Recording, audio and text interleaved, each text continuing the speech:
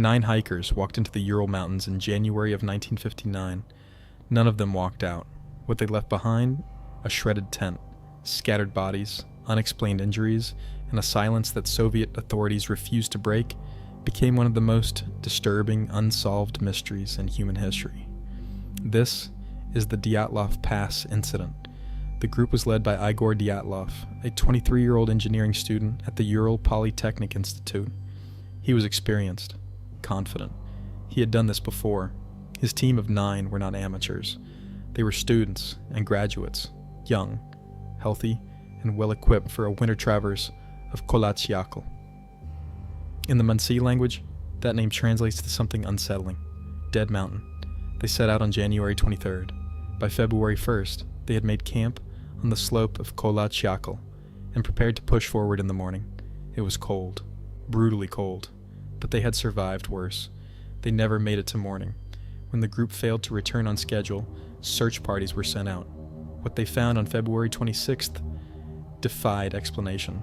The tent had been sliced open from the inside, not unzipped, not torn by wind. Cut open, deliberately, from within, and every single member of the group had fled into the night in their socks, some without shoes, some without coats, in temperatures that had dropped to negative 30 degrees Celsius. They ran away from their only shelter. Whatever frightened them, it was inside that tent with them, or it was coming toward them fast enough that they didn't have time to reach for the zipper. The bodies were found in stages, some near the tree line, where they had built a fire, some scattered between the camp and the forest. 2 were found in a ravine, buried under 4 meters of snow. The injuries told a story that made even seasoned investigators go quiet.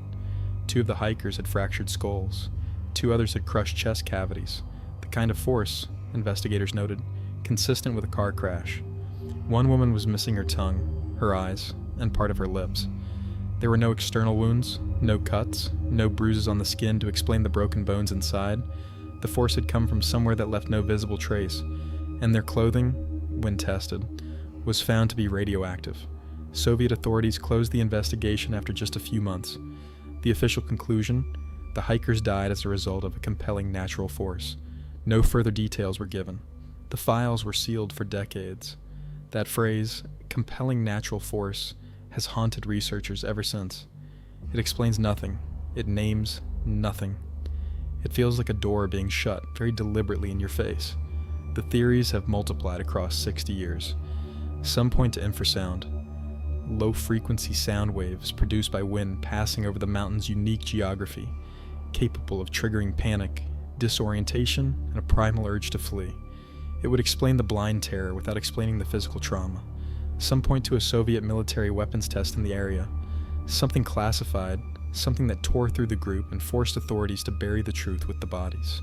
Some point to the Mansi people's warnings about Kolachiakl, that the mountain had claimed 9 Mansi hunters long before the students ever arrived, that some places carry a weight that outsiders don't respect until it's too late. And some point to the evidence itself and say quietly, we still don't know. After all this time, we genuinely do not know what happened on that slope. What we do know is this: 9 experienced hikers were so frightened that they cut their way out of their only shelter in the middle of a deadly winter night and ran barefoot into the dark. Something was there with them, and whatever it was, it has never been found.